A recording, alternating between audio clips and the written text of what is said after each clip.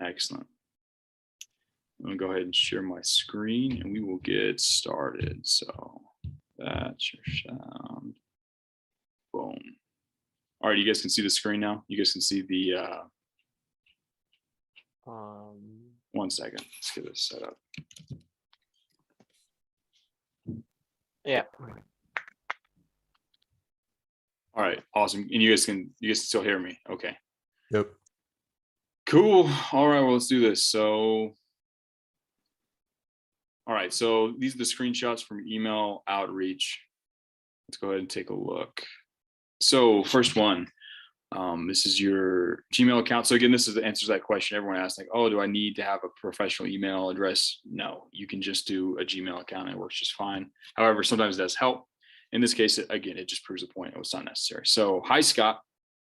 I really like how you provide free information on things like the benefits of tea, how to make recipes, etc. That builds a level of trust with the reader. And I bet that brings a lot of new revenue. Okay, this is cool because you're giving a specific benefit. Like he knows this pretty much only makes sense to him in his inbox because you're talking about information about benefits of tea, how to make recipes. Like you're obviously referencing stuff that he does. So that's a good step. The other thing you're doing here that's really cool is you're showing him that you're on the same level as him when it comes to like business marketing. You're saying, hey, that builds a level of trust with the reader, which is something he's thinking about doing all the time. And I bet that brings in a lot of new revenue. You're basically saying, hey, I'm a professional, you're a professional. We both know what's up here. It's really cool. Now, and then the next line, I'm going to be 100% upfront with you. Okay, so you're doing the 100% upfront with you outreach. So again, those of you guys who aren't intermediate sprints yet, I give you several different approaches you can use in cold email outreach. So you can, 1 second. We got some weird audio. I'm gonna go ahead and mute everybody real quick. Then we'll be good to go. All right. There we go. Let's let everybody else in. There's also a few people. All right. We're back. So this is one of the outreach strategies. I'm going to be upfront with you. I think you're cool and I want to work with you, right? Like just straight up going for it. So I'm going to be 100% upfront with you. I think your brand is cool and I want to provide copywriting/digital marketing services for you. I was looking over your website and had an idea for a way you could increase sales for your tea. I'd love to create a free piece of work for you. And if you like it, we can talk from there. If you're interested, let me know what kind of content you'd like me to create and I'll send it over ASAP. Sound fair enough? All the best, Michael. Okay, this is a solid, straightforward approach. You're giving a personalized compliment. You're being 100% upfront. You're letting him know what the conversation's about. And if he engages from here, we know that he at least is open to the idea of working with you, right? You're teasing that you have an idea to increase your sales for the tea. I would probably make this idea a little more specific. You're offering to do free work. You're offering to say, hey, do free work. I'll do it for you. Do you have something in mind? So tell me, Michael, give me your process for how you tested your way to this, the subject line, which you didn't share, which is smart. But tell me how you've done your testing process to get to this email body right here. Yeah. So at this point, I was probably maybe around 130 emails in, not like this is really, really early in the process. Yeah. I was trying a bunch of different subject lines. I really wanted to, make a customized body because I realized I'd be getting pretty close to 80% open rates, but I'd be getting maybe one response. And so I decided to kind of, take the template and just kind of customize it, change it up a little bit. And I also decided at the end, I didn't clarify a specific piece of free value. I said, if there's anything in my mind, I thought if there's anything this guy's struggling with, he'll let me know and I'll show him how I can probably improve it. Yeah. No, that's cool, right? And like that's the whole point of the process I teach, and that's what sets my stuff apart from, I guess, things that have been done out there. I guess, like I don't just say, hey guys, here's your golden email template, use this forever. I say, hey guys, here's a few starting points, but the golden thing I give you guys is the testing process. Like, hey, like start here and then come up with your own unique ideas, test them out, and you'll find ones that work for you, right? You need to be able to go off the beaten path just enough, like still hit the same principles, like you're hitting the same core principles. You're doing a core compliment, you're leading with value, you're playing some of those key like same psychological levers that existed in like the template, but you're enhancing them and changing them and adding your own personal spin to it. which allows you to then carve out people are gonna respond to this differently than someone who responds to, say, Josh's perfect email stuff that he tests out. Like, you're gonna have individual emails, different people are gonna respond to you. You'll be able to get your clients this way. So I'm glad to see that you went through this process. Straightforward. This is a good email. It's solid. I like it.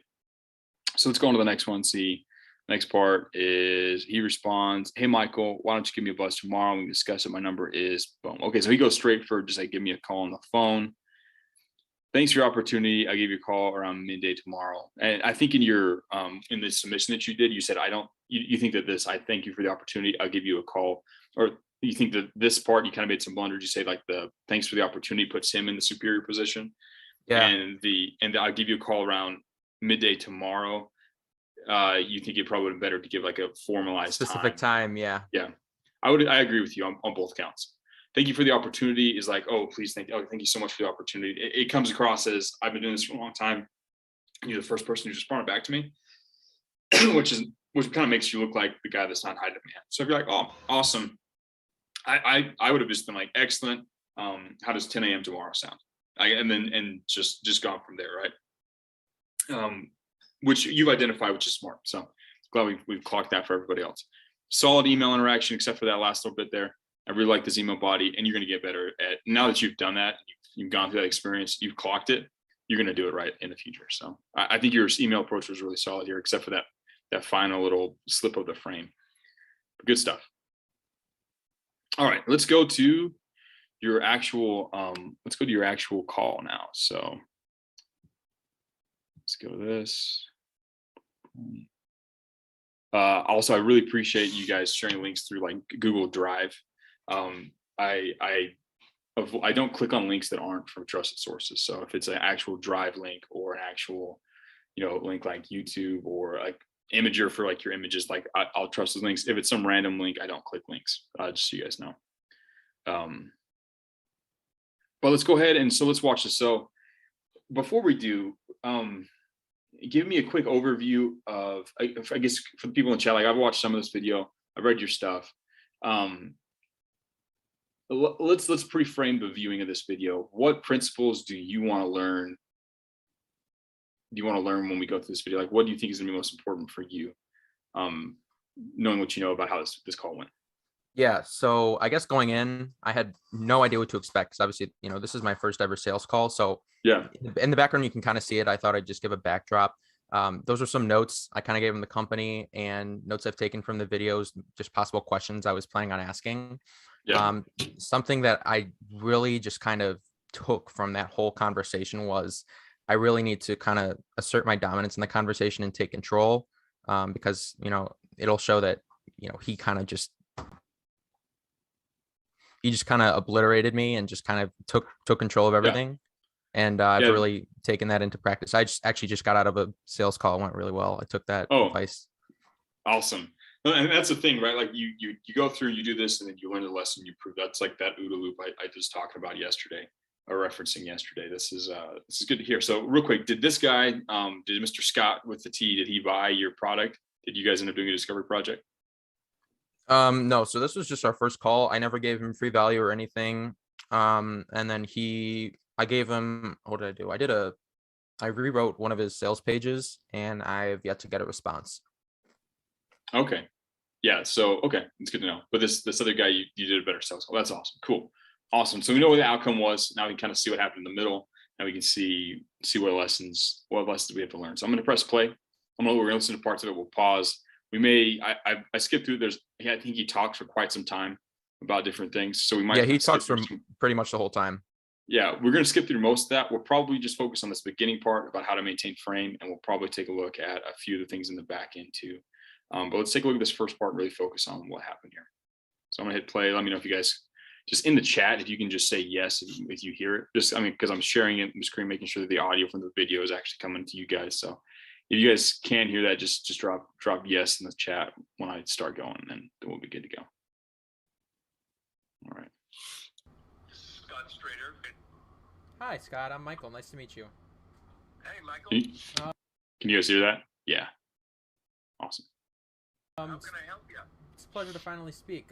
So how's your day going so far? Well, just finished a voracious hike. So you're starting off in the beginning here. You're doing exactly what you should do, just catching up with him as a person, kind of getting a feel for his situation. So solid. Yeah, let's crank the volume for you guys. Make sure you can hear it. And feeling very good about myself. So Glad to hear that.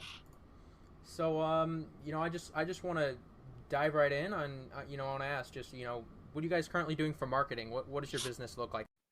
Okay, so you went straight into the, like, what are you doing for marketing? I would have personally taken a few more moments here to talk with him about him and build that rapport, that personal rapport.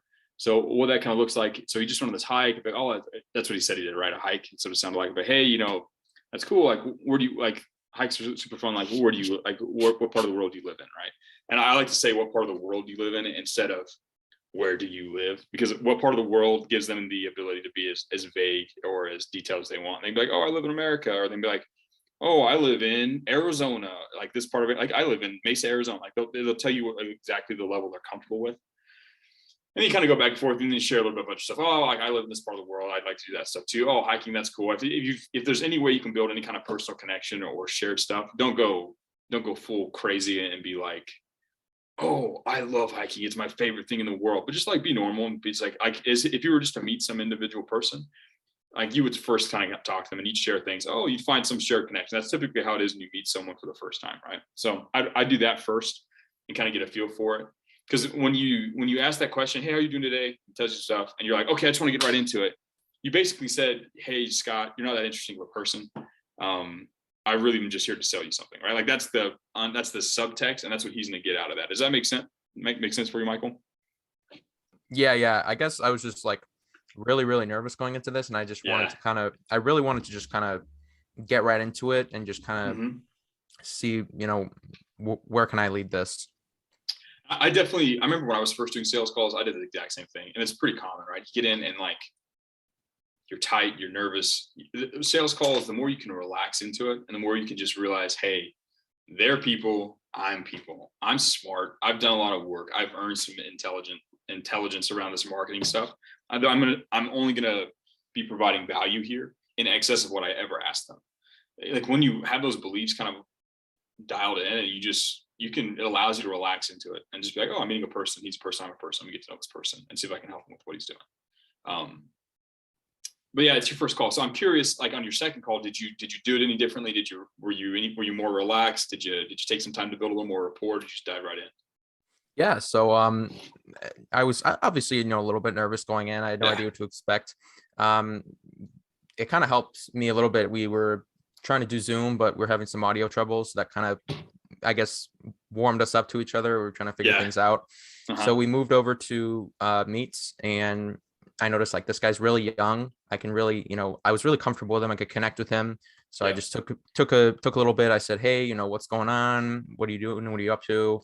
And I said, and this was something I took from the call. I was like, I really want to understand, what your business is, who your audience is, like, what do they like? What do they not like? And I'd love to, base some projects around there, basically. So this is cool. Like you've taken a lot of the lessons like I'm going to be covering in this call and like applied them just because you've obviously gone through and reviewed it and paid attention to what you learned from it, which is awesome. Yeah, like there's that age-old saying, people do business with people that they like or know, like, and trust. And that order is actually really important, right? If you're trying to establish trust, if you're trying to establish the grounds for moving forward with a discovery project and then moving forward like multi-$1,000 retainers and projects, it starts with getting to know someone, like you liking them liking you, and then that's what it requires. Like that's where trust comes from. Like trust can only come once you've checked those two boxes, right? And that happens like with the stuff that you're doing in your marketing as well. Like they have to get to know the brand. They have to like the brand or guru, like that. They have to get to know them before they can trust them, right? You can't just. There has to be some shared information, some shared connection. There has to be some likability there before trust can even happen. So yeah, and another thing you mentioned just now that's different, because like this first question you ask him, hey, like, what are you doing with your marketing right now? That is an important question you definitely want to ask, but you've asked it a little bit too early in this case, right? And which you mentioned in your next call, you're like, hey, tell me about, I want to get to know your business. I want to get to know your customer.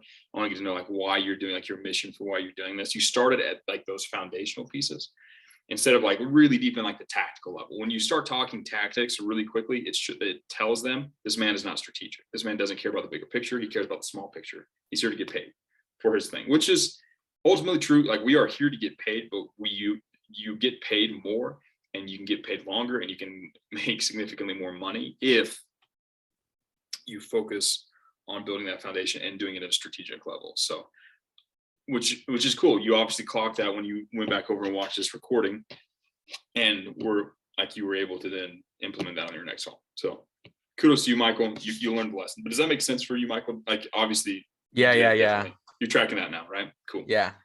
All right. Let's see what Mr. Scott has to say. If he rambles too much, we'll skip ahead. Like at the moment. We've got tons of every different kind of marketing thing that we could do, from Google to personal. Yeah, he was not ready for that. He's like, whoa, reeling. You can hear his brain, like you can hear in the way he's talking and the way it's like choppy, and he's like, oh, we're doing everything, all kinds of, he's like he wasn't ready for that question. Like you can hear it, right? Different kinds of things. If you look at our what we're doing, and just athlete spot, just every different kind of everything that we can think of. Man, he's reeling. He's reeling. We're not doing anything over the top of what we need to do to waste money, but he is. If he says that, he is. Practices, we've got a bunch of them going on. So what do you think you guys could be doing differently? What do you wish? Yeah. So real quick. So you went from situation question to problem question directly. Usually there's a few situation questions you need to ask, right, before you can even ask the right problem question. Because that next question you're asking is to uncover problems. What do you think you could be doing differently? And I don't know where he's going to take the conversation here, but you need to understand the lay of the land a little bit better before you go hunting for problems, right? And it shouldn't be like a long interrogation where you're asking them irrelevant details. Like the situation questions you should ask, like the ones you mentioned. Hey, tell me how long you've been doing your business. Like tell me about your ideal customer, who you're working with, where you try, like what kind of outcomes you provide for people. How do you find people right now? What's your, what are you trying to, what kind of products you're trying to sell? Like what's your end goal for people? Like you ask those foundational questions. Then when you go and ask that question, so what do you feel like what do you wish you were doing better about your current marketing stuff, right? Then that question he knows that you have enough context to understand his answer. Because right now, if he answers this, you don't actually have enough context and background information about his business to understand what his answers mean, right? Do you see what I'm saying? Yeah. I noticed I was, looking back, bouncing around so much, and I really took that towards this new call, and I decided to really understand. So, if he said, oh, we've been doing a lot of Google ads and Facebook, and I'd be like, okay, well, which ones have you mainly been focusing on? Which has been giving you the most, attention and feedback, just kind of warming up to those more problem questions.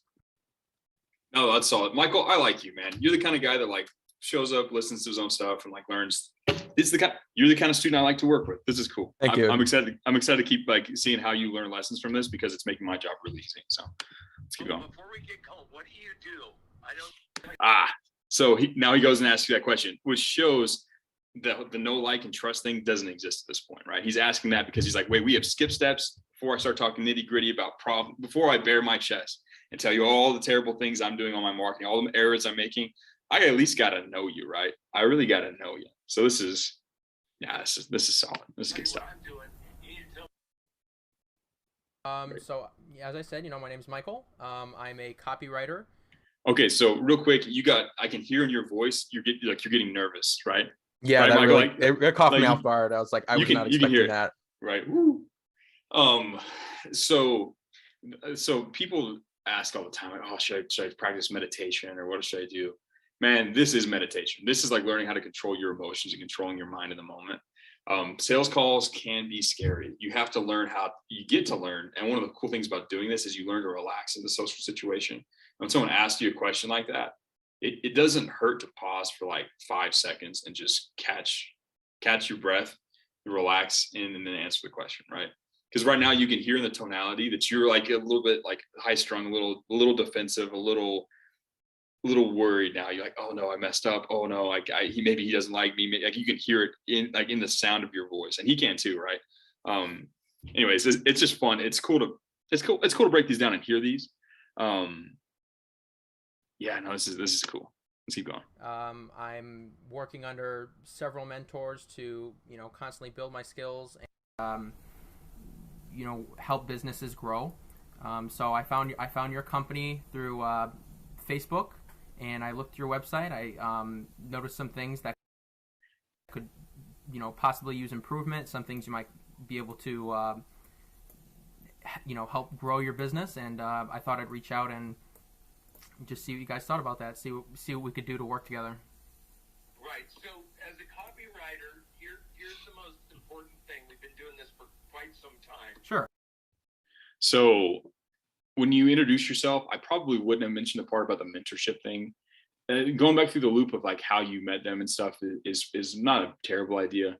This is where you want to, he's asking about you, but you want to answer about him, right? So when he's like, so tell me about you, what do? You say, well, I'm a copywriter, a digital marketer. I help X kinds of businesses like yours achieve X kind of like Y kind of results, right? That's all you really have to say. And then you can maybe mention like kind of maybe a few things of how you do that, like that. And that might mean setting up better, I work on the email side or Facebook ads or whatever part of digital marketing is most useful for the business. I like to but you just need to make it about them, right? So when he asks you about you like in this context, he's asking about you professionally, not like you as a person. When he's asking about you in a person, you talk about yourself, you find a way related to them, right? But when he's asked about you professionally, you are a person who helps a specific type of business solve a problem and get an outcome, right? Just flip it right back onto them. It's significantly better, right? Someone's asking about the age, you never need to, like, you will never volunteer that information. If they're curious about it, you can tell them. There's almost nothing worse than avoiding a question or running away from a question, right? If someone's like, how old are you? And you're like, I don't feel comfortable telling you that. Then they're like, oh, this guy is like, he's got something to hide. But if you're 15 and you're like, I'm like, they ask you like, oh, you seem kind of young. How old are you? Like, I'm 15. I've been working at this like nonstop for the last 24 hours a day for the last like 6 months. I'm obsessed with this. Like you saw my writing, like I write well. You can be like, maybe I'm a weird 15-year-old, but this is what I really like to do, right? And then like you could, as long as you own it and are cool about it, like you can move forward and it's totally fine. I wouldn't worry about it. I would only volunteer that information if they asked it, right? You don't need to go out of your way to like tell them how young you are or old you are. There's no point. You really want to keep the focus on them and their value. I mean, aside from that beginning part where you're kind of sharing a little bit about yourself and get to know them so you can build that foundation for trust to occur, you don't really need to be talking about yourself. You need to be talking about them and what they're doing, for sure. Good questions. So now at this point, he's asked you, you said, I'm a copywriter. That's what he hears. Okay, he's a copywriter. I would mention, like I said, I wouldn't mention the mentorship thing. That only puts you in the possible position of, they're like, oh, he's a student, he doesn't know what he's doing. I probably wouldn't mention that at all, unless they ask, like if you have mentors or guidance at all. And like, yeah, sure, I'm training with these guys, get my stuff reviewed regularly, to make sure I'm giving my clients the best possible. So, and I would say I have my other copywriting friends look at my stuff and review it, to get an outside perspective and just make sure that it's the best possible stuff for my clients. Again, anytime you talk about something that you do, you want to connect it back to helping them get something that they want. So that's probably what I would do in that situation. So he's not going to tell you relevant details about his business based on the fact that he knows you're a copywriter. Let's see what he says. So when you're building a brand and you don't know the brand like we know our brand, it's difficult for you unless you understood who we're after, number one. Of course. What we're trying to accomplish, number two, and how to listen to that marketing as it comes back to you, number. So he's now, like, it's obvious that he sees you as a student. He's teaching you now. Like you mentioned the mentorship thing, and now he's starting to teach you about marketing. Now, this is a dangerous position. If you ever find yourself in a situation where they start trying to teach you about how marketing in general is supposed to work, you lost the thread already, right? And we've identified kind of how this has happened. There's two ways, right? One, you straight up told them, you're like, I have mentorship and guidance to teach me how, right? Like that's one thing, right? that's not as bad as the fact that you didn't ask him these questions to start with, right? He's basically saying, hey, before I tell you about any of my marketing stuff, I need to make sure you know who our brand is and who we're talking to, because you haven't asked me any of those questions yet. So asking the right questions is one of the most powerful and effective ways to establish yourself as an authority in their eyes, like ever. Like that is the best way. Like I remember some of my first sales calls when I was doing this as a copywriter, like I had been working as a copywriter for like 2 weeks and they didn't ask me about my experience. They asked me about anything because I was focusing on asking the right questions. I mean, I had some sales experience before that, so I wasn't like a complete noob when I jumped into sales. So I knew how to talk with businesses and help them. But when you ask the right questions, they know you're a pro. And if you ask questions about them, get to know them first at the beginning, they like that. If you then start asking about their brand, their ideal customer, what they're trying to do, why they exist, then they're like, oh, this guy gets it, right? And this is helpful. You have to understand, like, for these guys, their worst nightmare is they bring in some copywriter who comes in, who doesn't understand their brand, doesn't value the relationship they have with their writers, and is solely focused on making short-term profits. And that person goes and he creates a bunch of stuff and damages the brand, hurts the relationship, and pisses off their best customers and ruins their relationship. Because you have to realize for this guy, for Scott, the thing that is getting him paid month after month that allows him to go on his hikes and enjoy his little life is he has a relationship with his audience. Like his brand has a relationship, a trust-based relationship with them, and they keep coming back to buy his tea because they know, like, and trust him and they like the tea, right? His worst nightmare is bringing someone in who doesn't take time to understand that and just like destroys it, like burns it all down on accident, right? It's like he's building a careful house of cards and he's afraid you're going to come in and just like knock it over because you're careless. So when you ask those right questions at the beginning, he's going to know you're a pro and he's going to be a lot more comfortable with the idea of bringing you on because he's like, oh, this guy's taking time to understand what he needs to understand so he can protect my most valuable asset. Does that make sense for you guys? Make sense for you, Michael? Yeah. And I really took that into like consideration going into this second call. And that's something I really had to understand, because here I was just kind of, off guard. I didn't really know how to respond. I wasn't prepared for the question, really. Of course. And I can't be like, I've been doing this for literally 3 weeks. I have no experience, I don't know what I'm doing. So I kind of had to think, okay, how can I come at this at least half professionally? And I guess that's did he ask how long you've been doing it? I don't think he did. I think he just asked. I don't think so. No. Yeah, I think he just asked you what you did. Always answer the question they're asking. Don't answer. Yeah, I wouldn't worry. Anyways, but yeah, like you said, this is your first call, right? Like this is a learning call. This would be like if we were sitting around and we're like, okay, let's take a look at the home video of Lance Armstrong the first time he tried to ride a tricycle, right? And try and like find, like, obviously it doesn't reflect who he is now or where he's at, but like you could like watch, like, oh well, look how silly you are, you're putting your weight on the wrong foot or whatever, right? That's again, watching your sales calls is probably the craziest thing in the entire world. So let's go and let's keep watching. Let's hear what he has to say. This is cool. Like even this first, like what we watched 2 minutes and 31 seconds of this video, we've already started pulling out some pretty good lessons here for you guys. So let's keep going. We're going to go through probably this first little bit. I think he goes into a pretty good rant in the middle and starts talking about a bunch of crazy stuff. And then we'll probably, once we get to that, we'll probably call it quits and just kind of answer general questions Michael might have, and then answer questions for other people. But yeah, let's keep going here. 3, anyone can come in and write a bunch of copy. That does 0. Of course. What does something is if, Michael, you put something out there that resonates with them, so they comment on it as if you were speaking to them. Let me give you an example. Sure. So, yeah, he's full teaching mode now. Michael's a big competitor of ours, okay? Right. In our marketing, a big thing for us would be for our audience to say, we like Lotus because it's a healthier purchase for us, and it tastes like Red Bull, but I don't have the same health concerns that no, that's weird. If anyone likes the taste of Red Bull, and I definitely drink it. Hate the taste like, though. How the concentrates are vegan and keto friendly and gluten free. I think that's really something you guys. Yeah, so it's interesting now.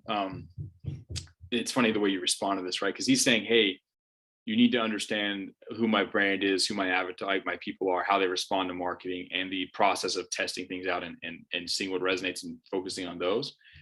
And you got hyper fixated on the product that he is, and now you're like trying to like stroke his ego and tell him how great his actual product is. Let's see what happens next. Guys could take advantage of, and So the point And so he's like, no, I'm talking about this other principle. that I'm trying to make for you, if you were coming in and you were going to do something for us, sure. what my motto is, and in steering this brand is, it's a lot of people think that they're smart as far as like, oh, my marketing plan is so good because I made it. I don't care whose marketing plan it is. It's only as good as your consumer feedback. So if you're trying to get somewhere and your consumer is telling you that you're going the right way, now your marketing plan is working. So he's basically telling you how to sell to him, which is kind of cool. Like the points he's making here are good. I don't like that he thinks that he's teaching you. That's not a cool thing. But I want to bring up the point he's talking about is actually really valuable, and it's a helpful way to help you guys sell a lot, though. Let me kind of build on this a little bit. So what he's saying is like, hey, any copywriter can come in and write something that looks cool. I want to know. He's like, I want to follow a process though where I test it out and put it for my audience, see what they like, and then double down on that, right? And that's how I recommend you guys actually frame your discovery projects and how you frame the projects you do. I talk about this. I believe I talk about this in the intermediate sprints. You guys can tell me in the chat if I do. But I talk about the idea of framing it all as a test. Like, hey, let's test out. I have an idea I'd like to test with you. Let's test out these emails, see how they resonate, see what works, see what doesn't work, and we'll use that information to move forward, right? We'll iterate on that. Or, hey, I think I can come up with a new page, a new version of your landing page, or your sales page to test against your current version. I'm pretty, like in the chat, those of you guys who have watched intermediate sprints, I'm pretty sure I talk about that, right? Yeah, I do. Okay. That's one of the most important frames you want to introduce, like when you're actually talking about your project. That idea that, hey, I'm doing this to test, it does a couple things. One, it shows you're a pro. It shows you're not someone who's just like, I'm King Midas. Any copy I write makes millions and millions of dollars from the very first moment, right? It cuts that whole, that's one of the biggest mistakes that a lot of like copywriters make when they're trying to interact with businesses, right? And the other thing it does is it opens up the results to be favorable either way, right? If you test something out and it works, that's obviously awesome. But if you test something out and it doesn't work, it only works marginally, you can then frame that as, oh, cool, we've learned a lesson here. This doesn't work. We're going to test this next thing next. And it makes it really easy for you to stay in the game with them, right? Because yeah, if you sit down and write for a brand for the first time, you might try something out and it might not work, right? You're trying to figure out how their voice is, what their avatar is. It's not always guaranteed, but if you come at it from a testing frame, it makes these guys calm down because like, oh, this guy's a pro. And also it gives you the opportunity to stay in the game long enough to get a winning solution for these people. But yeah, it's interesting. I mean, yeah, I don't like the fact that he's lecturing you and like trying to teach you some stuff, but he's saying some important things, and it actually is important to use those perspectives I'm sharing to sell, especially some guy like this who's fairly marketing aware. Does that make sense? Yeah, that's something I really was kind of discussing afterwards and thinking while I was like, this guy's literally lecturing me. And I was like, and going back, I'm actually really glad he did, because he said a lot of things I've learned from.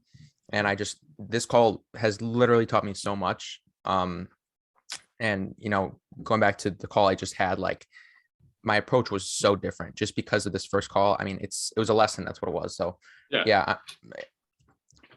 Michael, you're the kind of guy, you're gonna go far in the marketing world because you're doing stuff and you're learning from it. That's the game. Again, that's the whole game. That's what we were just talking about. So, yeah, this is highly informative, right?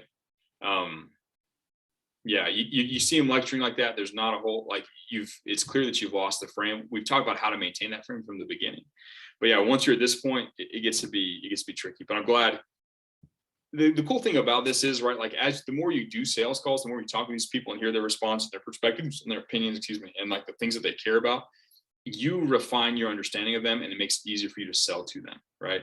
Now, hey, this guy didn't like my approach where I just came in and was obviously going to just pitch him on some marketing ideas, but he basically said, I don't like this because you haven't taken time to understand me and you haven't set this up in my mind as a test. And now you're like, okay, I've learned this about my avatar. I've done some research through the sales calls. I can now adapt my sales and marketing messages to those people to incorporate this new insight I have into them and how they work. So that's the game, right? You're collecting data on this call and it might not work, but you still got paid from this call because you took lessons from it. So it's solid stuff. All right, let's keep going and see what we have here. Just to put some fancy words and get them in and start saying this is who we are, and nobody's responding to it, does nothing for you. Right. And that took me a long time to learn that little Yep. last bit, because then anyone goes. So he's been burned by doing it the wrong approach, and he's like extremely worried about someone else doing it for him the same old way. Oh, we're a marketing agency. We could totally market your brand. Well, you don't know my brand the way that we do. You don't know the nuance of it. Yep. How do you know? How do you know what it should look like, what it should feel like? So this is where, again, if you take the time in your calls to understand their brand and you ask them about their customer, ask them what they've responded to well in the past, things that haven't worked. It sets you up to look like the professionals, right? And so this guy's obviously gone through this process. He's been burned in the past. He's tried it bad, doing it the wrong way. It hasn't worked for him, and now he's hyper aware of it. But there's other people out there who aren't, right? A lot of, like, not every customer you're going to talk to has had this guy's previous experience. Regardless, though, if you show up and you ask those questions, and it shows them, oh, this guy's thinking about it on a higher level than me. Like, this guy is obviously the professional, not just a professional, but the professional. He's the most professional guy I've talked to ever about this. It sets you up to win. Like, anyways, it's key. It's key to talk about that. And I give those questions answered from the very beginning. What the color scheme should look like, what are you saying about it? But if you did know, then you were writing the copy in concert with where we're trying to go. Then you could begin to work on things for Lotus. Does that make any sense? Yeah, of course. And I think that would be, something we can discuss and go through. I'd love to, put some sort of, I would, if I was you, you're like talking about like the idea of doing this, I would go, yeah, I 100% agree. So tell me, Scott, tell me about your brand. I would, if this is the case, you immediately loop into those questions that you need to do, right? In the future, if that ever happened, right? Whenever they bring something like that up, don't kick the can down the road. Like, just go straight forward. Like, yeah, you're totally right. Let's talk about your brand. I want to know more about Lotus and your customers. Like, what do they respond well to in the past? Where do you feel like you help these guys most? Does that make sense? Like, just go straight into it once you've identified a mistake that you made. If you made a mistake, just loop back in and fix the mistake. You can be totally upfront about it. Like, oh yeah, you're right, Scott. We kind of got ahead of ourselves. Let's go back and talk about your brand, right? That even though you're not necessarily like admitting a flaw in yourself, but you're rectifying a mistake immediately. Now that's going to earn you some respect from this guy. Does that make sense? Yeah. I guess at this point I was just kind of really caught off guard. I didn't know what to say. I was speechless, really. I was like, how can I kind of turn this conversation around? What do I say to, not got just off on the wrong exit. Where? Yeah, exactly. So I was just completely lost. So I was like, you could tell I was saying a lot of ums, uhs, like just things like that, where I was just trying to use a lot of fillers because I really didn't know what to say. And, there were times in this conversation where there were just seconds of no one talking because I was expecting him to continue the lecture and he was probably expecting a response from me. Yeah, I think what I'm going to do, I think I should create more of an outline for what the sales are like an actual document, like with some kind of like what I did with the sales page document, but for like a sales call, like roughly some of the things you're going to want to check off with some ideas around situation questions, ideas around problem questions, because they left it fairly open in the sprints. But I think an outline, like a rough call outline, like steps in the call would be helpful. Not with like too much specificity, so you guys can not all sound like robots and you end up having calls with the same people. Yeah, I think that, you guys in the chat, do you guys think that'd be useful? Yeah. Okay. Yeah, I'll put that together. I'll get that for you guys. Yeah, once you know the direction, kind of like the Jordan Belfort calls it the straight line, like the things that must happen in order to get someone to buy. Once you know what that looks like, if you ever find yourself off of it, you can just loop back and get onto it again. It's like, yeah, if you get off, you find yourself having accidentally exited the highway, you have to find a way to get back on the highway, right? But that can only happen if you know what the highway is and kind of roughly like which side of you it is. You know what I'm saying? So I can put that together, make that easier for you guys. So it might be a little bit easier. The next Michael Peterson, who does this for the first time, he has a little bit an easier response to this situation. Let's let's see what happens next So here. free value for you. You can see where I'm at. Yeah. See how we can.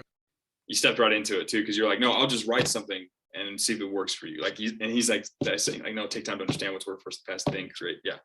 So you kind of like so from the other side of the call here, he's like, okay, I told this guy my philosophy. I told him what's important to me, and he ignored it. And he said he's gonna do things the same way he was gonna do it anyways. Yeah, like his confidence in you being a good fit for helping his brand has dropped quite a bit, I'd imagine. And that's just because it was your first call and you're new to this and trying to figure out how it all works, and you were stressed out, didn't know what to say next. So it's cool. But like that's what he's seeing on the other side, like for sure. Like you can hear it in his. I bet we can hear it in his voice the next thing he says. Improve there. I'd love to create some stuff for you, and you know, you sound like a really bright young guy, but I want it. Yeah, you can hear it, right? Like you can hear him be like, "Hey, you missed the point. You're a young guy. You're missing the point here." But and then he's gonna go into this thing. Is this where he starts his big long rant? Yeah, that's pretty much all. Just kind of, he'll want to skip over most of that. It's just mostly him rambling. I think we might just skip like the rest of it. I think at the end, it was kind of the end where he starts going over like, here's what I want you to do for me. Here's kind of the future I see for us together. But the middle is mainly just kind of him reiterating what he's been saying. Okay, I think we've analyzed the part of this call that's going to be the most valuable for everybody. We could go into the rest of it, but I think it'd probably be more valuable for me to spend my time. We've answered these questions. I'm going to answer some general questions. I'll go create that call outline guide. I think spending my time on that versus the last part of this call, I think is going to be most valuable, because I think on any mistakes that happen after this really can be traced back to what happened right here. This first like 5 minutes of the call. So, is that cool with you, Michael? Or do you have any specific questions about any of the stuff that happened after this that we can take the time to go over it if it's something you want to look at? I mean, I'm pretty good with, Okay. I don't really have any questions, but I guess one thing I will ask while I have the chance is like, so I'm I'm currently reading the $100 million offers book, and I'm curious, like, how do we create a grand slam offer if all these guys are, all of us, we're all trying to give the same kind of value to people. We're all doing the same thing. You mean when it comes to digital marketing? Yeah. Or in what way? Like when you say we're all doing kind of the same thing, what do you mean? Well, all these people are coming in saying, I'll do these Facebook ads for you or a page roulette. We're all offering the same kind of work. So I'm just curious, how can we like separate ourselves from the crowd? Yeah, and so you've done a version of this with what you've tested. So I think it's a little bit different than, but I can talk through some of the lens of $100 million offers, right? Because that's a fantastic book. I highly recommend for everybody, especially once you get into the. Yeah, I mean it's a recommended book for sure. I mean you could probably start reading it as soon as like the last half of the beginner sprints. Most of the time it becomes really helpful once you get into intermediate sprints though, and beyond, especially with the advanced, like how to scale up your clients and helps them scale up their business. It becomes really helpful. Anyways, it's a good book. But your question is like, how do we stand out? Because yeah, I still have people come in, they're like, they're still sending out like the word for word 3 email sequence to their clients. Like they're saying, hey, like I came up with an idea for a 3 email sequence. That idea does not work anymore. It's been sent out so many times. Like it might work on the odd person, but you're better off coming up with a new idea of a thing that you can provide. Now, the key here is understanding their outcomes, their dream outcomes, and offering them different variations of their dream outcomes through different methods, right? So people that have an online business, they have like a ton of different things. They're going to have YouTube, they're going to have their social medias, they're going to have their actual content on their website, they're going to have their products themselves, paid ads, they're going to have a whole bunch of different pieces. And you can offer them different, like when you're teasing out these ideas, these free value offers that you're going to give them, you can tease different sort of fixes or transformation for different parts of their funnel, right? So if you just focus on email and everyone in the world is just focusing on email, yeah, it's gonna be really complicated. But if you can broaden your scope out a little bit and think of other parts of their funnel that you can step in and provide value for, new different dream outcomes for them, you're gonna be able to stand out differently than other people. That way you can resonate with people who are focused on that part of their funnel versus people who focus over here. So that's one step, is coming up with other parts of the funnel you can focus on. That's a big part of it. The other part is that there are a lot of different sub niches and a lot of different types of businesses out there, and people come, and there's a high number of them too. So you're going to find different sub niches than everybody else. At some point, you're going to find your own area where you're better fit or you have more success than other people. Other people, you're going to occupy this one, someone will occupy that one. And the other part of it is everyone's moving through a buying window right now, and you're going to land your 3 or 4 clients here, and then you'll be kind of off the market. You'll have your guys, and sure, you have the new opportunities coming in. You'll replace your clients over time and level them up. But then you're set, right? Like that's all you need to start making some serious money. You make 10K a month, turn around, invest your own stuff, build your own offers, partner with this guy, do other fun stuff in the war room that you might learn at that point. But that's kind of how I see that problem, or how I think about that question is like, basically, is it too saturated? How do I stand out? Like, find a way to stand out and be slightly different, but then realize you only have to stand out so much. Like, you don't have to be the guy who then takes the entire, $42 billion internet marketing thing, like all for yourself. You don't have to win the entire market. You just need the sliver of it that you need to push yourself forward. Does that make sense? Yeah, I appreciate it. Thank you. Yeah. And honestly, you're going to do really well because you take time to learn from your stuff and listen to people and help them strategically. Most people who start copywriting, and I'd love to say that everyone in New Era Learning or Hustler University didn't do this. There's a lot more of you guys here that do this the right way, but there's a whole lot of people in this world that don't take the time to think strategically and communicate personally with these people. So you stand out like a sore thumb if you can.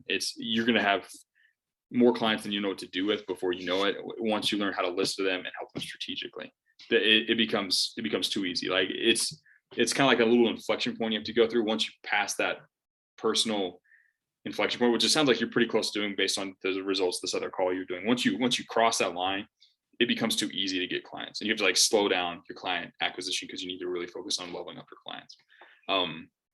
So I know at this stage, it seems like a big problem for a lot of you guys. It's not. It really becomes a non-issue in about 3 weeks from where you are right now. Does that make sense? Yeah, thank you. Yeah. What other questions you have for me before we turned over to general Q&A for everybody else? I'm good, man. You can bring it to everybody else. Hey, this was an excellent submission. This is cool. I mean, obviously, you've already taken time to learn from this. You already had a lot of these lessons lined up. You did a good job on this, and you did the scariest thing you could do in the sales world. That is like throw your call up in front of 155 people to have them listen to you make mistakes. So you did that, and you've learned some lessons. So you've won a lot of respect in my book. So good job. Thank you. All right, so let's do Q&A for a little bit. I'm just gonna go through the people that have already raised their hands. You guys know the game. So let's take a look. Let's go right in. So Isak, what do you got for me, my friend? What's your question? Sorry, unmute wasn't working there. Can you hear me? You're good. I can hear you. Okay, so you kind of already answered my question, talking about making that checklist. Looking really forward to that. I was wondering, do you see any value in the Jim Camp method on that? Because I'm going to want to be doing my own research on that thing, so I'm not like coming out robotic with it. Yeah. What's Jim Camp? Give me a breakdown what he talks about, because I'm not familiar. Well, he was a famous consultant back. It's gone through the old funnel. Michael Senoff has an interview with him where he talks about like making a checklist beforehand and everything, and having like a set of goals and parameters to follow while you're doing business consulting, which obviously is part of the sales call process that we do. I take a very consultative sales approach, and I teach you guys a really consultative one. Yeah, for sure. I mean, it's easy to learn. Yeah. If you're not familiar with that, that's I can't really answer that question. But another question, and this is covered in intermediate sprints. Just go ahead and let me know. I'll get to it there. But what kind of response time do you think is appropriate when you receive a response from your outreach? Like, because I'd imagine I'd want to do a little more research on clients that actually respond. So like, do I want to give them like a day or like overnight response time to respond to an email, or is that something I should focus on like immediately? Yeah, so I wouldn't really worry about it. Most of your responses will be pretty quick, like within the first 30 minutes to an hour. But that being said, you want to give them the courtesy of at least a day or about 24 hours before you follow up. And I teach follow-up practices in the intermediate. But yeah, that's a good question though, right? Like, response time does matter. If someone replies immediately, that's obviously an indicator of interest. So Right. No. And just one more quick thing. Are we going to have access to the rest of the sales call that we're skipping over now, like in any recording anywhere? Because I'd really like to dive into what this guy's going to rant about. Yeah, I mean, Michael, if you're cool with that, I can share with everybody. Yeah. Okay. All right. Yeah, I'll drop it. Yeah. Big thanks, Michael. Cool. Good questions. And Andrew. Yeah, no worries. Titus, what do you got? What's your question? Hello. I've just landed a kind of an acceptance to my conference call just to find out what they're about. And they've responded that they're interested, but they're very interested in the kind of what background we have and how much experience we've got. Okay. And it's very hard to tell them kind of that we don't have much experience, that we've only been giving them free value. How do I frame it in a way that it doesn't show us that we're inexperienced or that we don't know what we're doing?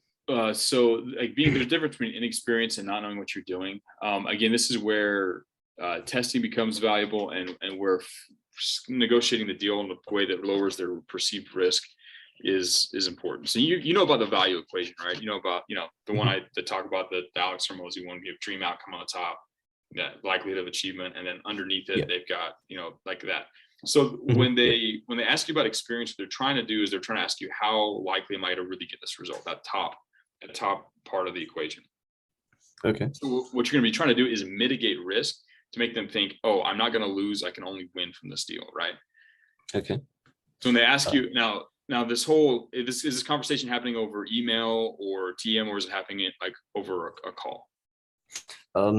They have asked me a few questions, like as I said, but they also want to have a call next week. Okay. So should I discuss it in the call more, or?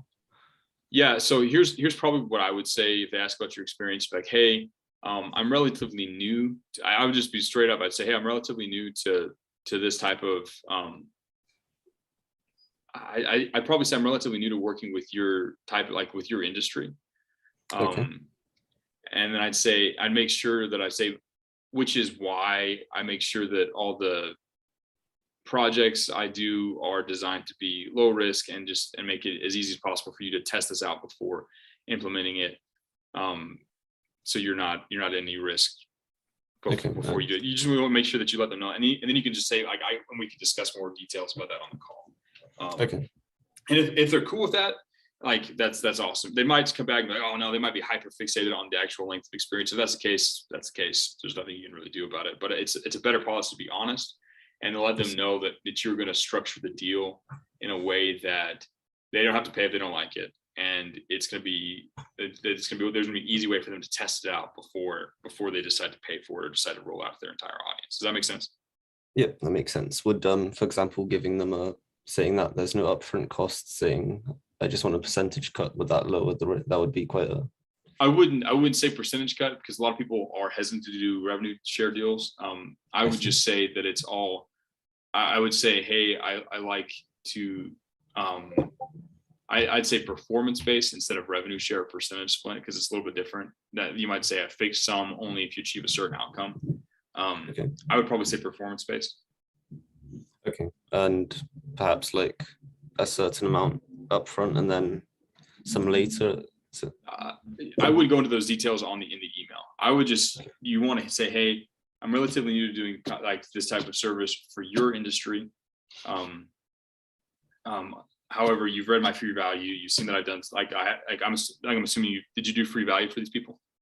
I did. They did like it. They are asking for me to reframe it slightly, but they are enjoying it. So so that fills us in a little bit. So I'd say I'm relatively new in this free industry. However, you read my stuff. You know that I have good writing stuff. Obviously, I need to adjust it to your brand and voice. Mm-hmm. Because of the fact that I'm new to doing this in your industry, I'm more than willing to discuss performance-based options or other ways to completely remove risk on your end. That way you can test out if you like it. Cool. If not, no worries.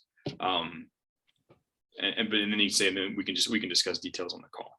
Again, what you want them to see is like, okay, I'm going to take a call with this guy. Like, obviously, yeah, he's right. I did like his stuff. He's got good skills. He needs to adjust it, but he's not going to come and ask me for tons of money before we've tested and proven that we actually like his stuff. You want to remove that thing and set it to where they're like, oh, I can only win. There's no downside. There's only upside for doing this call. Does that make sense? Yeah, that was a good question. Yeah, that's an important question. Okay, thank you very much for that. Yeah, no worries. All right. Rizvan, is that your name? Yeah. Can you hear me? I can't hear you. What's your question, Rizvan? Right. So it's similar to the question before about experience. And I wanted to know if for my first job, should I ever lie about my experience? Because I don't want to tell my clients that they are my first client. Never lie. That being said, you don't have to volunteer the information that, hey, you're my first client. You don't have to say that. You don't have to volunteer any information, but never lie. If they ask you, have you done this before? Say no. That's why we're testing it out in this way. That's making it nice and easy. But you never lie. If you lie to your client, that's an only. Even if it works for the short term, they will find out eventually, and it will be a serious problem. Don't volunteer information. That's like you don't need to volunteer information, but never lie. If you lie, it sets you up for a serious breach of trust that will ruin any prospects you have of actually working long term, getting paid, and like actually having the kind of asset the real client could be. Does that make sense? Yeah, I understand. The thing is, I mentioned it because my first 40 prospects for my cold email outreach, I did mention a lie by mentioning that I'm getting like one or two of the like top competitors in your industry to do what I'm doing with like digital marketing, right? In the hopes of getting their attention. Oh, so you said like, hey, I'm already working with X competitor, basically. Yeah. You could say I'm talking, or I'm in discussions with these people. If you just reach out to them, like if you email their competitor, you can say, hey, I'm in discussion with this person. Okay, then that's ethical. I'd say that's ethical and honest. But I would not say or imply that you're working with their competitor. Okay. Yeah, you need to be careful with that. Lying or extreme misleading like that, it can ruin things for you really quickly. Yeah. My next question was that how can I do these one-to-ones in front of 150 people myself with you? So every week I do 2 calls. I do a weekly copy review where usually it's 5. This week I did 1 in the back of an Uber. I'm gonna do a supplementary one probably on Friday for you guys, but so you can submit your copy for review there. Also for the sales call, you can also submit your recorded calls too. So you just need to record your calls, take screenshots of your previous email communication, and you can submit it in the form. I pick one of the submissions each week and do it. You can submit week after week. There's no limit to how many you can submit, but I pull up the submissions. I run a random number generator, basically roll the dice, and whoever that picks, that's what I do. Michael was lucky guy today, so which I'm glad, because that was a cool call. We learned a lot, so that's how you do it. Yeah. Well, cool. Have any other questions for me? Nope. I do have 2 more, I guess. One was that these sales calls feel like dates, and I'm really bad at dates. I feel really nervous just going on these sales calls. Well, man, you're gonna get really good at dates after getting good sales calls then. So, yeah, it is very similar, right? There's a lot of overlap. Thankfully, there's not too much overlap, because then it'd be really weird. But there's overlap. This is how people meet people and how people get to know, like, and trust each other. A really excellent resource for you guys. I'll probably include the link in the intermediate sprints alongside the sales call thing. There was a book written a long time ago called How to Win Friends and Influence People. It's like as old as time. It is a fantastic book on interpersonal communication and being good at it. Warren Buffett credits his taking Dale Carnegie's course. I think it was Dale Carnegie, the guy who wrote this. Taking his communications course is one of the most, the best investment he ever did, because it's how you learn how to interact with people. In the world is just a bunch of people. You have to learn how to interact with them, right? So this skill set's extremely valuable. So you guys came in, you want to learn marketing, and that's cool, and you guys are, but you also are getting to learn some other really cool techniques and principles that'll make you successful in a lot of other fields like dates. So I'll drop that in there with the sales call outline, like in that part of the intermediate sprints. Yeah, my final question was that I'm going to be doing copywriting for the long game and long run. And I wanted to ask how many clients is it going to take to get 50K per month? It's not that hard. It really isn't. It's not so much like how many clients, it's like which clients do you need, right? So you're going to always only have maybe 2 to 4 clients at a time. unless you go the agency route or go, which has some other drawbacks. I didn't go that route. I've done a little bit of that where I've outsourced some stuff in the past. It's been cool, but I've found most of my success through getting bigger and better clients and building higher strategic partnerships with them where I'm getting paid. I'm basically an owner in their business, and then I get paid a lot of the revenue. So it's not so much about how many clients you need, it's what kind of clients you need to get and how to become that person. Right. I became that through getting really, really good with the clients I got through cold outreach. And then obviously networking with high net worth individuals has allowed me to find the right people to partner with. And that's probably roughly what most of you guys will do as well. You come in, you learn how to do this, you do cold outreach, you land 3 or 4 clients, you make, $10K a month, be all happy, hunky dory. And then you'll be, hopefully, if you're like me, you'll end up in a room with many, many multimillionaires, and you find ways to help them. So that's roughly what I recommend you do if you want to hit 50K a month.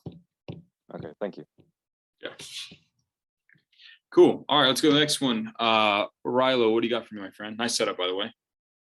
I'm jealous. I'm here in the basement of a random Airbnb. So I appreciate you, man. I had a quick question. So for my cold outreach, I've been doing nothing but as far as like trying to get onto a call. Like I don't send 3 emails or anything like that. Yeah, straight for the call. Yeah. Right. And I had a couple of people respond back, and it seems like there's like a disconnect in a sense, because they'll respond back. I'll send, hey, would you like to schedule another scheduled call after they responded? Is that like a bad thing, or is it just kind of like the luck of the draw kind of thing?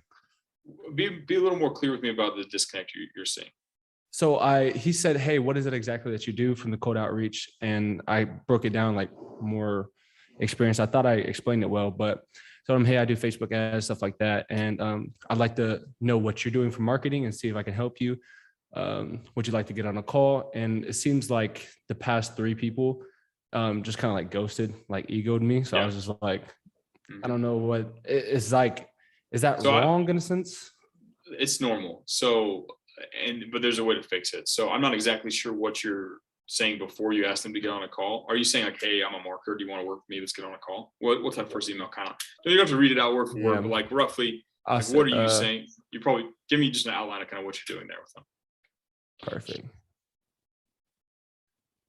So for this one, I really wanted this client. It was pretty cool. I got to see him in person. So I saw hey Ryan, I was in person. I also got to see made it very, very personalized, and said, I have a couple of strategies that can work fast and can be implemented quickly. Risk-free, I'd like to talk over the phone if you're interested. And then he got back to me, and then that's where that happened. So yeah. So here's what's happening, right? So you're basically saying, hey, you're teasing this strategy that's gonna help them get something that they like. And you're saying to get the answer, you have to get on the call, right? And then he's following up and he's saying, tell me what you're doing. Basically he's saying, tell me the answer before I get on the call. What you need to do is review part of the answer, but not the whole answer, and then have them get on a call, right? Because what you kind of did is you took away the mystery of it by saying, oh, I do Facebook ads, a couple other things. And he's like, oh, this is just like everything I've ever heard before. And he balances out, he guesses the rest, right? What you want to do is tell him a little bit like, oh, I found a new strategy with Facebook ads, copying Frank, modeling like some of the stuff that Frank Kern's doing, plus a unique twist I put together that helps people run ads, like scale them up really quickly. And he's like, I don't know, I'm just making up the thing about Frank Kern. You probably got a specific idea in your brain for how you can provide value, right? You tease a little bit, you add a little bit more mystery though on top of it, and then say, we can discuss the details on the call. And then just ask him for the call, right? There's always, no matter what stage of the journey you're taking someone through, whether it's your cold email outreach or marketing, there's always curiosity about what's on the other side. You get to this point, what's on the other side, right? So for example, a Facebook ad, there's curiosity about what's on that sales page, DIC, right? You're curious, what's going to be on that sales page? What's the page going to reveal to me, right? You go to the sales page, you read the sales page, and you're going to be curious at the beginning, and you're going to be curious about what's in the middle of the sales page. And then once you're at the very end, you're like, I'm curious about what this product's actually like what's on the other side, right? He's giving me like a table of contents that are all fascination bullets. I'm extremely curious. I need to see what chapter number 3 is all about, right?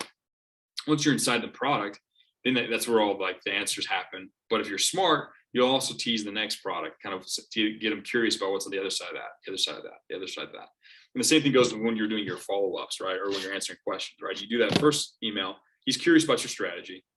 He's going to ask a question. You can answer part of it, but you want to keep him curious about what's on the other side. If you take away all the curiosity, he has no reason to interact with you anymore, right? You want to always have him strung along with just a little more curiosity. On the sales call, you're going to be building curiosity about the thing that you're actually writing for him, right? I mean, granted, the curiosity shifts. It's not as hardcore between sales call and delivery, but there's some level of it, right? But you see what I'm saying though? Like that response that you gave, you explained it. Once you explained it, there's no more mystery, right? You want to keep the mystery alive until at least the sales call. Does that make sense? Right. That's a great way of looking at anything about it like that. Just another quick question. I was getting into the photography niche for like, surroundings and looking up different like cities and stuff like that, looking at Austin studios, even though we're not supposed to. I was trying to like practice and whatnot. Is that like a pretty terrible idea or what, reaching out to photography studios? Yeah. I wouldn't say it's a bad idea. I'd be curious to see what ideas you think you can help them with. Here's the thing though, right? Like if you get on sales calls with these people and talk with them, you're going to find things that they need help with no matter what industry they're in. And you may or may not have the skill set or access to skill set to help them, right? So I'm not sure what, I haven't really talked with anyone in the photography niche so much. Theirs is a slightly different, because it's a different game. So it's highly visual, obviously. I mean, it's not bad. I mean, you can play around with it. If you get on some sales calls, just make sure that you're really careful about understanding their current situation, what their goals are, what they try, what they're struggling with. And then if you can help them, you can. If you can't, though, you can't help them. And that's the thing. If you're ever on a sales call with somebody and you talk with them and then you realize for some reason, because the type of business they're in or whatever, you actually can't do anything to help them, right? Like if you start talking with a pizza shop on Times Square and you realize there's nothing you can really do to help that pizza shop on Times Square, you need to be upfront with them. Be like, yeah, this has been like, we're not a good fit, basically, right? But yeah, if you want to practice with those guys, get on calls with them, and you find out there's something you can do to help them, I would tell you not to do that ever. Okay, appreciate you. All right. All right. We're gonna do three more. We're gonna do Krasimir, Mook, and Edward. So, Krasimir, what do you got for me, my friend? What's your question? Hi, thanks for having me. So my first question would be, since I'm not a native speaker, so pretty much would accent matter that much if, let's say, for an example, wouldn't? No, accent doesn't matter at all. Okay, good to hear, because I had a fair share of, yeah, no, you're conversationally good. As long as you're asking the right questions, you come up as a professional, you can write well. Your accent matters zero. That's like the last thing. That's awesome. Yeah. Thanks for mentioning that. Also, my second question would be, since I've pretty much my whole life worked with clients, no matter if over the phone or in person. Yeah. But let's say, for an example, for these that we work over the phone or over Zoom or Google Meets, etc. What would you think if, let's say, for an example, so both parties can be more comfortable with each other, if I send beforehand an email with the call agenda, let's say we're going to discuss this, and that, so they cannot be caught off guard or off hand. Yeah, so I like call agendas for calls that you do with your clients regularly, but when you're doing that first discovery call, I mean, you're roughly going to do that. You're gonna be like, hey, I'm gonna get to know about your situation, learn more about what you're trying to do, and we're gonna see what ideas I have that could be helpful for that. Roughly, that's gonna happen. But I mean, I wouldn't give them a formal agenda for that first call unless they ask for it. But moving forward, when you're like talking with your clients and you're doing review portions for the project you just did or anything, like, yeah, you want to start doing agendas for sure. That's awesome. Okay, thanks for asking that. And one last question. Yeah. What do you think in, let's say, for an example, the call that we listened to, Michael's call, by the way, thanks for sharing this, Michael. Would you believe if, let's say, a better approach would be to ask the client, okay, tell me what inspired you to sell these products, what inspired you to be in this business, into this genre? Yeah, you definitely want to ask those questions at the very beginning. Yeah, tell me how long you've been doing this. Why'd you get into this? Like, because he's gonna get all passionate. He's gonna tell you about what he's all into and what moves him and the impact he's making on the world and how happy it makes them. And then those are like the buttons you get to push to help them, to motivate them to move forward good things. So yeah, of course. Awesome, that's good. Thanks for having me. Those are my questions. And we're Thank you. Questions. All right. Thank you. Is it Mook, M-U-Q, Yep. Ahmed? Yeah, You that's got for me, correct. bro? What's your question? So my question is, I've sent about 80 emails at the moment, and I've had like positive responses back, and about 9 pieces of free value I've sent out. Okay. Jumped on a sales call as well. Like, are Awesome. those? I know those metrics are quite good, but I was wondering, like, is it just the case of sending at least to 150 emails and eventually I'll land a client? Because I feel like I've sent out a lot of free value, but like not one of them's converted into like a paying client yet. So, what are your thoughts on that? Yeah, so I mean, obviously, you're going to want to continue to improve your. You're going to want to improve your percentage between free value and call. That's going to be a limiting factor right now, based on what you're telling me. That's your current limiting metric. Yep. So I would make sure you're still taking a deep work session every day to review copy and go back over and get better and better at the whatever type of free value that you're providing for your customers or your Yep. prospects. That's gonna be huge, right? You're gonna want to get that percentage up. But to answer your question, yes, it is at this stage is going to be it's an inevitability at this point. Once you've gotten to where you are now, it's and especially once you crank that number up, it'll come a lot faster. It's just okay. There's a number of emails that you have to send before you get your first client. I don't know what it is. You don't know what it is, but there's a number out there. You just have to get to it as fast as you can. Definitely work on your free value. Definitely work on making it more interesting. Follow the stuff we talked about as far as adding notes in there to kind of explain some of the things you're doing, or at least present the things you're doing in the best light possible.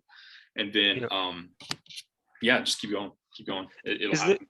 Is there like a certain is there like a certain positive reply or like a closure rate you should have after sending free value? Because I know you've mentioned like recommend having 80% open rate. You need to have at least 50% of the people that you send free value to say, wow, this is amazing, let's do a call. Okay, that's okay. Yeah, that makes sense. Okay, cool. Thanks for answering my questions. No, solid questions, man. I like these calls. You guys ask really, really good questions on these calls. Edward, what do you got for me? What's your question? Hello, Andrew. Can you hear me? I can, yeah. Okay, so I wanted to ask you if you think it's worth it to reach out to prospects that do not have any sign-up form or newsletter on their website. Maybe I can create for them a welcome series emails or some DIC emails or something. Yeah, possibly. I'd be surprised if they're not actually collecting emails. They sell products though, right? Like they have products in their emails. I'm talking more about online coaching, like that niche of online coaching in fitness, not physical products. Yeah, so I would probably, you could still reach out to them. You probably want to provide some different type of free value than like an email, for example. But yeah, you can definitely still help someone like that. Yeah. Okay, and one more question. If I'm in a sales call with a prospect, with a potential prospect, and he tells me one of the problems that he has, and I do not know the answer if I can help them or not at the specific moment, is it all right if I postpone maybe the call for the next few days or something like that? Or is it a matter of if I don't know, then I cannot help them? Yeah, you can. You can say, hey, like, okay, you've got some stuff. I'm going to take some time and think of some solutions and some ways to do this. I have some, and like, if you have a rough idea, maybe tease part of the rough idea and say, I'll get back with you with a firm proposal on how to do this. You can. It's obviously better if you can do it in the moment, right? It's obviously better if you can do it in the moment. So if you can though, yeah, no worries. Postpone it to the next day or the next couple of days. Be like, hey, I'll email you back.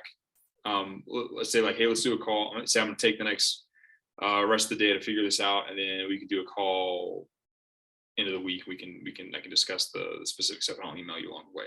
Yeah, definitely try and do that for sure. Okay, I understand. Thank you. That's all. Awesome.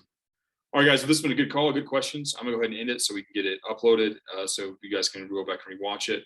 I'll be sure to include Michael's actual video, the full video, so you guys can watch the rest of it if you'd like. I'm gonna go and put together that sales outline today as well and get you guys some additional resource to make this a little bit easier. But this has been a cool call. I like these ones. These are starting to become my favorite call each week. So we'll do this and we'll talk again next week. I will see you guys later. Welcome to this call. This is going to be a quick training that you can use to help you learn how to take advantage of AI. I've had a lot of people asking me about AI. A lot of people worried that their jobs are going to be taken. The demand for copywriters will go down. I'm here to tell you that that's not the case. Copywriting is still going to require a creative and insightful and driven and intelligent human being to control the AI and direct the AI. Now, you're going to quickly learn that you still have to understand copywriting to use these tools. You still have to understand the principles involved, especially the stuff about how humans operate, about how their roadblocks operate, about how product and solutions operate. You need to know that just to use these tools. I'm going to show you how to work through the program. I'm going to show you how to work through AI, and I'm going to give you the tools that I like to use. There's a few others out there, but these are the top two of the top ones. And I'm going to show you some ways that you can use them to make your copy faster, to come up with more creative ideas and stuff like that. So with that being said, let me share my screen. I'll show you how to dive in and get started. So ChatGPT, this is part of the OpenAI project. It's the one that Elon came out with. It's a neuro-linguistic program, right? Like it's designed to communicate and to speak to you. This one isn't necessarily designed to create copy. This one is designed to communicate with you, is to go back and forth. What's fun about this one is you can ask it fun questions, right? And you can ask it like, who was Genghis Khan? Right? I'm going to spell it wrong. You can ask it questions and it'll give you answers, right? You can ask it about facts. You can ask it about a bunch of different things and it'll crank out answers for you.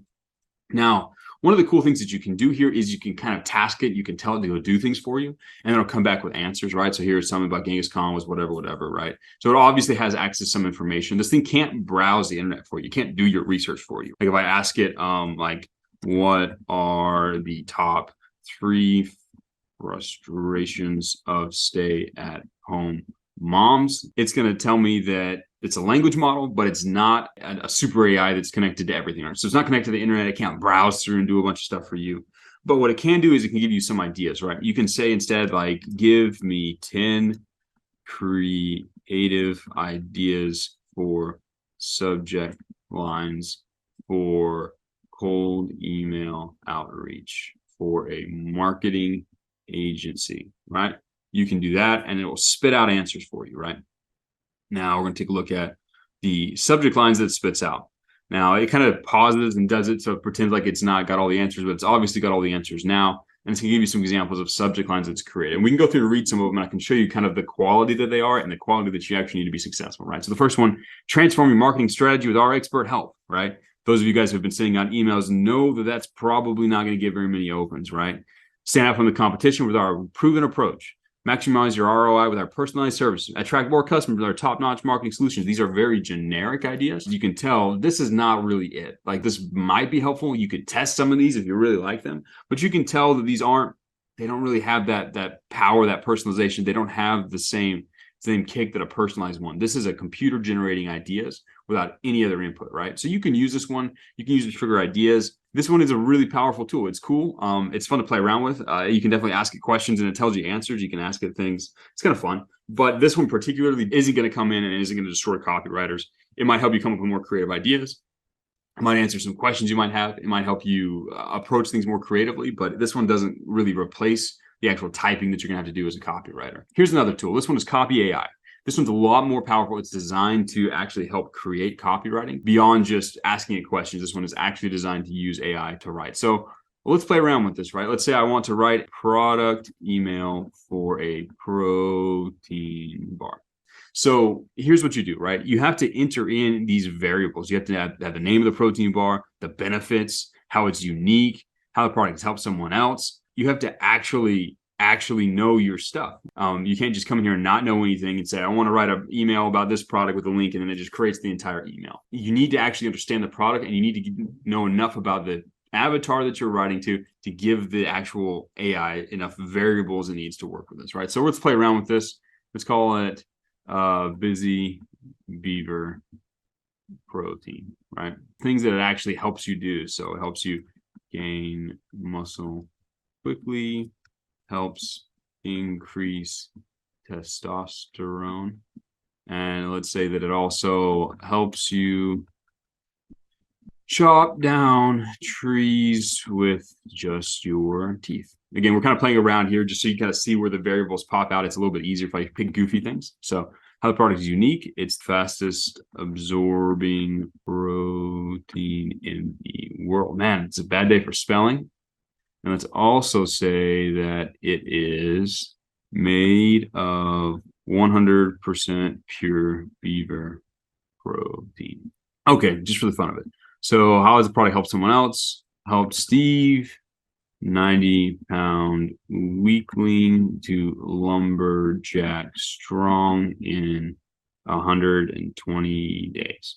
Let's cut out Steve and let's just leave it as an individual person because I think that's what it wants. All right, so it's going to have some structure, and then you come in here and you can pick the tone. Now I have a paid product for this. You can do this with a free product. You can do like 850 words. If you don't want to pay for the full thing, you can just come in with new accounts and you can test it out. You can use VPNs and stuff like that. And you can just kind of keep coming in. But it's a cool tool, right? And I really don't recommend this. And you'll see once we actually look at the results. I really don't recommend this unless you already have some copywriting skills, because if not, it could stagnate your growth. So let's take a look at a tone here.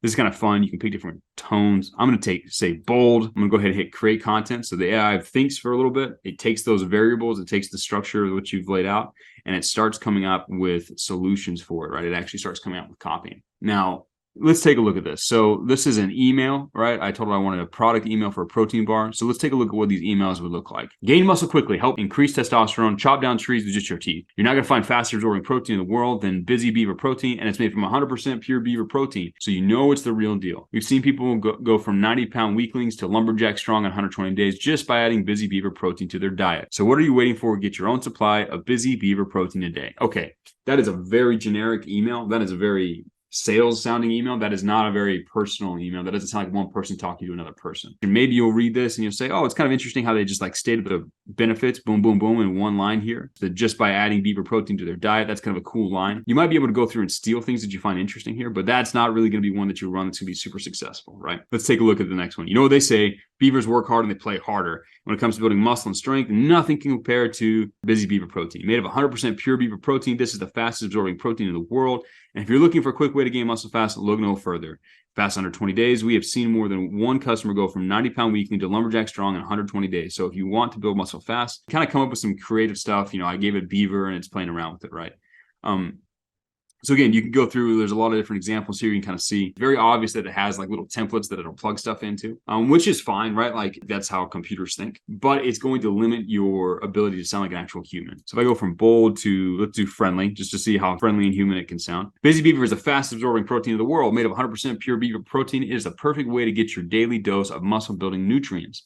And it's not just for guys. Busy Beaver protein can help you gain muscle quickly and increase testosterone levels, all while helping you chop down trees with just your teeth. You can kind of see like where I picked a weird one, so it would plug it in all weird. You know, chopping down trees with your teeth. It's obviously not real, but it's fun to play around with. In just 120 days, you'll be able to take down a tree with your bare hands. Busy Beaver protein is the best choice for getting muscle quickly and increasing your testosterone levels, all while helping you chop down trees with just your teeth, right? So you can see that the quality of this content that it spits out depends almost entirely on the quality of the insights that you bring to the table.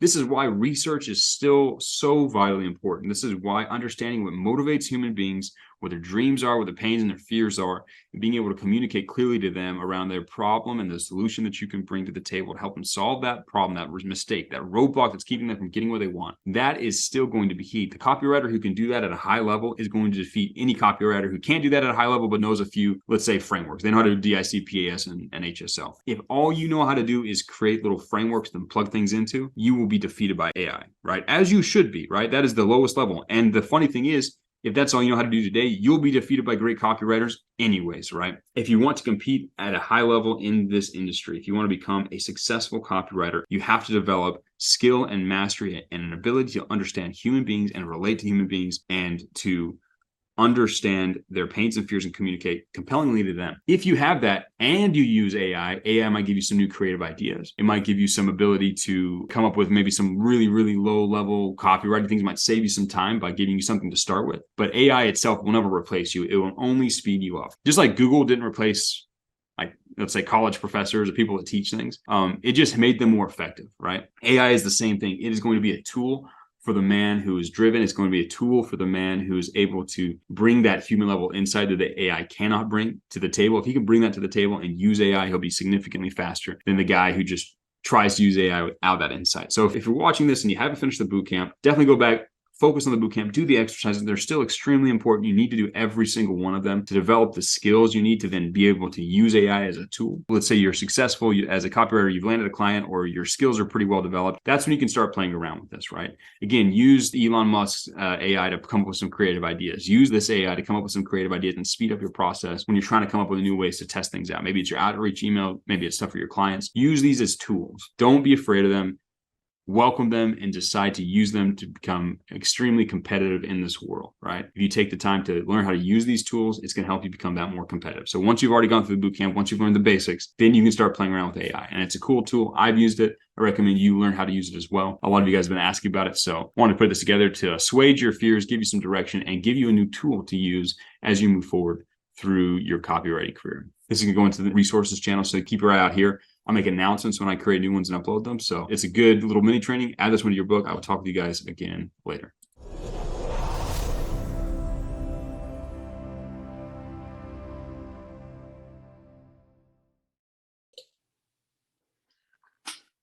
All right, everybody, welcome out to this training. We're going to be talking about the power of niches. So how to use niches to find endless prospects. So this is a question a lot of you guys have when you first come in. You have a hard time finding companies to work with, and a lot of it has to do with not understanding how niches work on a fundamental level. So I'm going to be going through in this training, showing how they work and how to use them. So go ahead, present. Can you guys put something in the chat to let me know you can see the presentation? Just like a yes, just put a yes in the chat. It should just say loading or something like that. There you go. You should be able to see the screen. Okay, cool. Awesome. Thanks, guys. All right, so how to use the power of niche to find endless prospects. So if you want to find enough prospects to do your outreach, you need to understand the power of niche. And this is also going to help you write more effectively.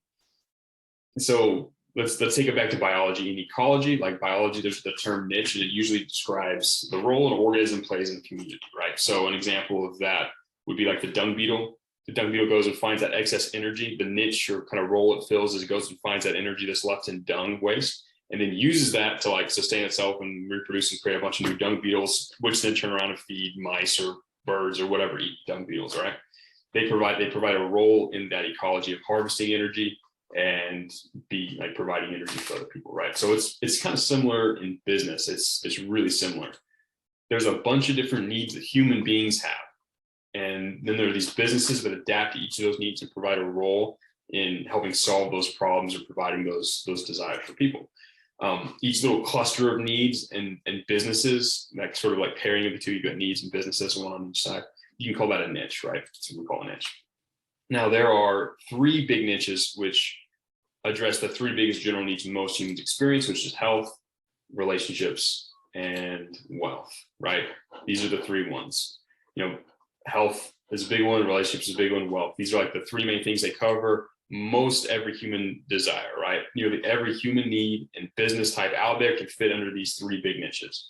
You can take time to figure them all out for fun, but like basically everything fits under those big three. That's what humans want in life. As a freelance copywriter, you're going to generally do most of your work inside of one of these the big three niches. It's just entirely based on your preference. So you're probably going to say, oh, you know, I'm going to really focus on fitness clients, or I'm going to focus on health or wealth. It's really just up to your preference, what you like, what you test out, what works for you. But you really just can't do that. Just like pick health as your niche and then just go out and search health on YouTube and try to find prospects. You're not going to really find very many good results. You got to go down a little deeper, and here's why. So general needs usually have massive demand and are usually dominated by a handful of companies operating a huge scale that allow them to win. Like, for example, think about Ford Motor Company. It solves a general human need for transportation, which you could probably put under like wealth or maybe like relationships, depending on what model of Ford you're buying. But they solve this general human need for transportation. The last year they made 136 billion in revenue back in 2021. They only had a net profit margin of 13%, roughly, right? So since this demand is huge, right? Like it's 136 billion per year. It's constant, so like it's there, and like people know they can go and find this demand and make money off it. Large, heavily financed corporations are willing to come in and battle it out for like a 13% return on their money per year. So they're able to go out and get financing, huge amounts of debt. They've got a bunch of accrued assets, and they can use that huge financial reserve to put their money in and get 13% out, right? And this is a big general need. Ford, Honda, Toyota, they're all doing the same sort of thing in this industry. They have all got a chunk of this giant general need that people have, and they're making, 13%, which at this scale is still billions of dollars, right? 13% doesn't sound like a whole lot. In Hustlers University, we got guys, on their trades doing way, way more. But at this scale, it's still billions and billions of dollars, right? That's like 10 billion, 3 billion. It's an insane amount per year.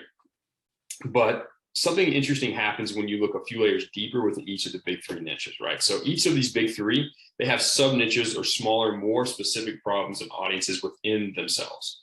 So think of it kind of like this is like the classic long tail graph here. You've got these general needs over here that everybody have. So over here is like the demand, like the quantity of like desire for these things. And this is like the specific or the size of the sub niche, right? The size of the problem. So for these general needs, like something fairly general, there's a huge demand, like transportation or searching online or fitness, for example, right? Like just like I want a place to train. 24-hour fitness helps a lot of people solve a very general need. They give them a place to train.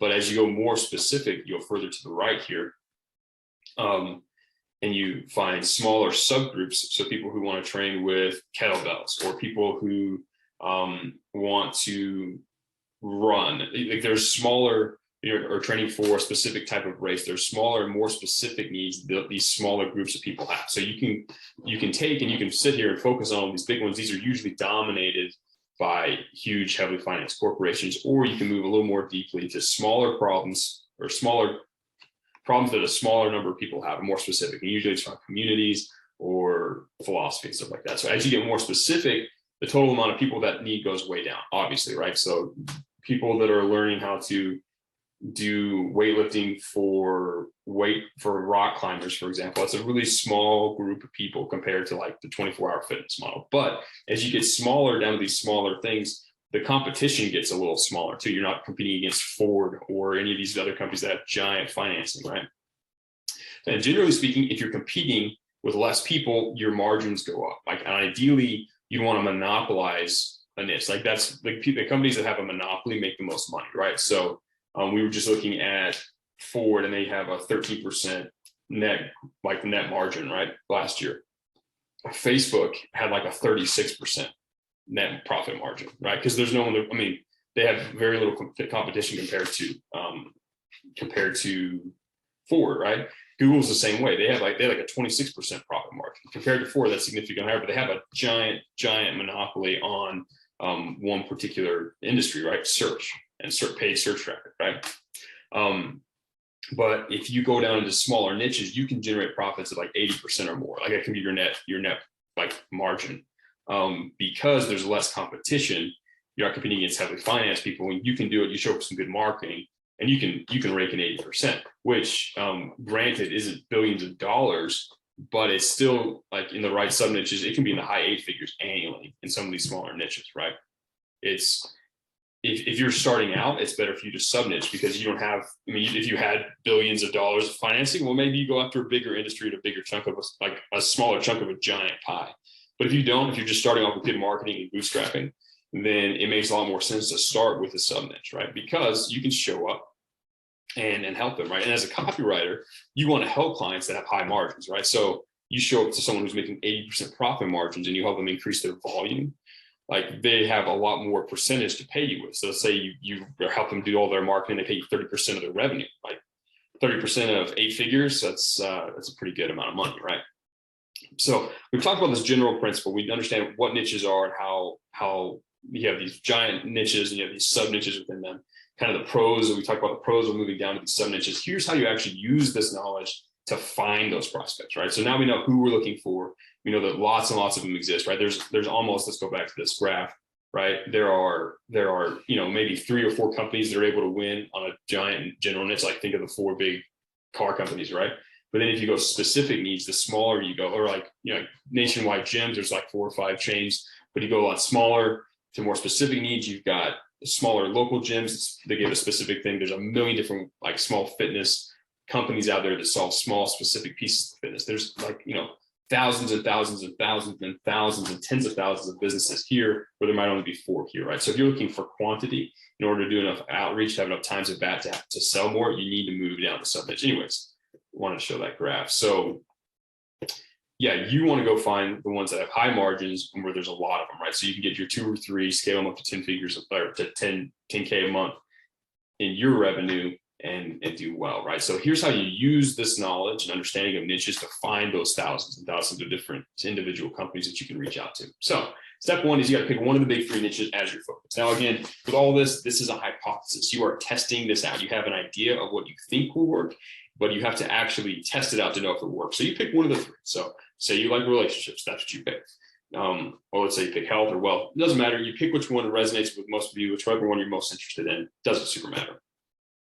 Once you pick that one, then you go sit down and you list out as many sub niches within that niche as possible, right? So if you picked health, you can narrow down to fitness, then list out 10 to 20 different sub niches within fitness, like online gymnastic training or paleo diet protein bars or whatever, right? You can see that there's almost like an infinite small subgroup of products and needs and services of businesses within that narrow, or for like as you continue to narrow and narrow and narrow down your focus within fitness, right? So once you've listed out 10 to 20 of these, then for each of these sub niches, you need to ask yourself, where can I find them? Like, where do they exist out there in the world? What kind of content are they likely producing to find their dream customers? So one of the easiest ways to do this is saying, okay, if it's online, like let's say, for example, the sub niche of online gymnastic training. So if I was an online gymnastics business owner, like I train people how to do gymnastics online, I'd probably create some YouTube videos on how to do handstands or how to do whatever gymnastic back handspring or whatever, right? I'd probably create content like that. So you then sit down and you can list out different search terms to find those things. So okay, I could probably create this type of content. It's probably on YouTube. I could search how to do a handstand, and I'd probably find content on how to do handstands, right? Or how to do a back handspring for gymnastics, right? You probably find those companies that are out there producing that type of content to find their customers. So there might be on YouTube, Google, Twitter. You just got to think, who are my sub niches? Where are they going to be producing their content to find their customers? What search terms can I use to find that stuff, right? Some search terms won't provide any results. You're going to have a hypothesis of what a good search term will be. You go to search it and there'll be like nothing, maybe 1 or 2 companies. And you'll be like, this isn't a good search term, but that's fine. Others will give you loads of companies to reach out to. So the key here is to find as many sub niches as possible and then think of as many search terms per sub niche as possible, right? And then test those all as rapidly as you can. And you'll stumble upon the 6 or 7 within each individual sub niche that provide the most number of leads, right? So step 5 is once you've got these search terms, you go out, you search them, you collect the leads, and you start your outreach.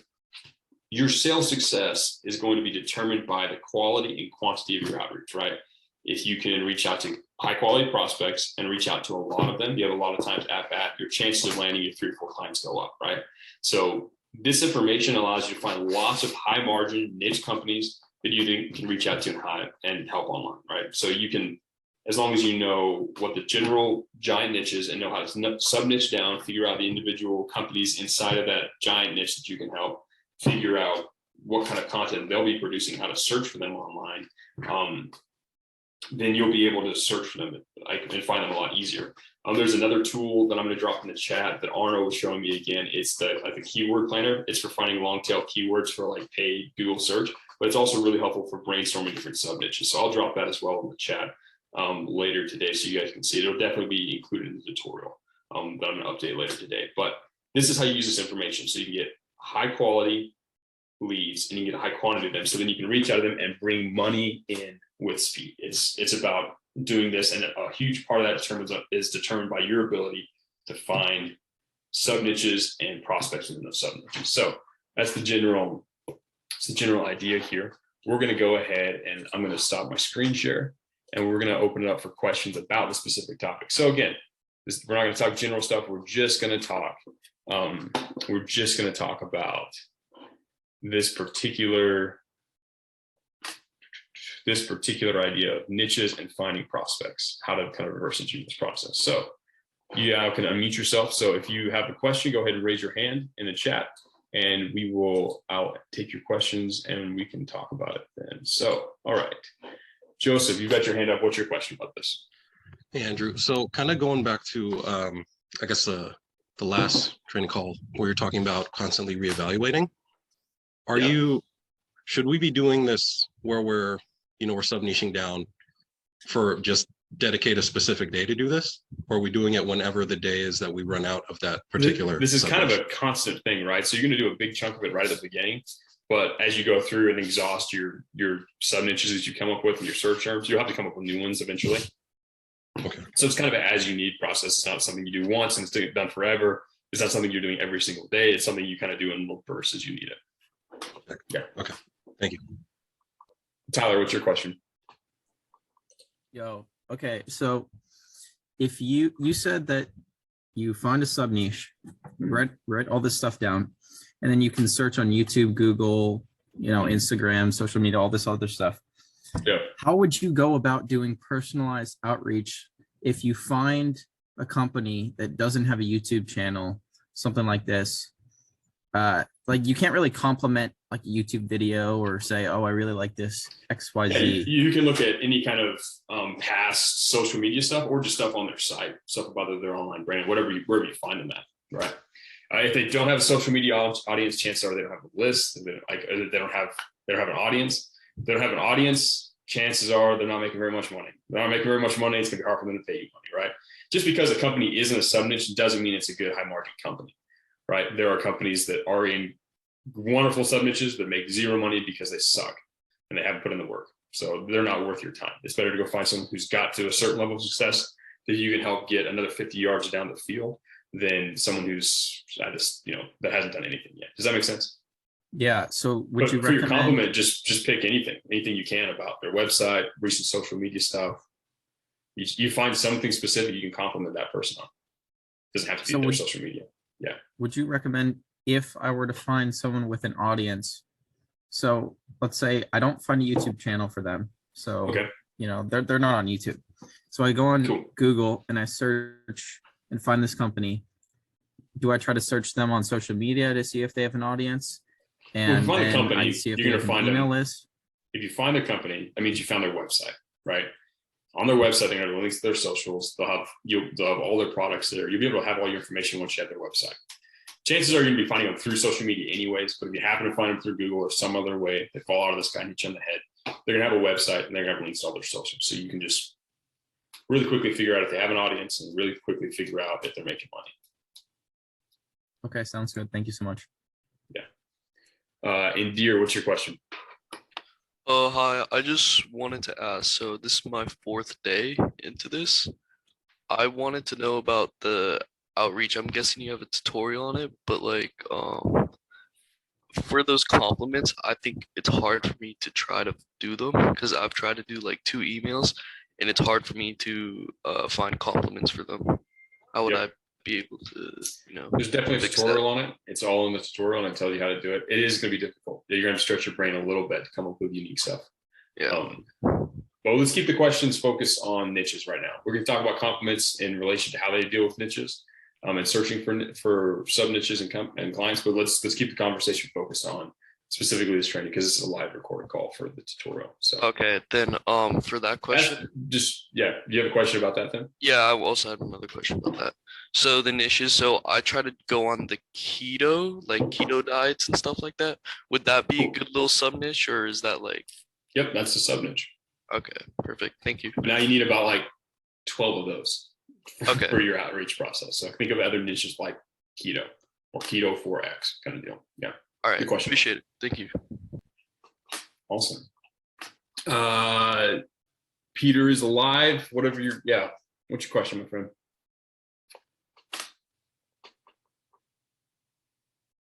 You there? You got a question for me?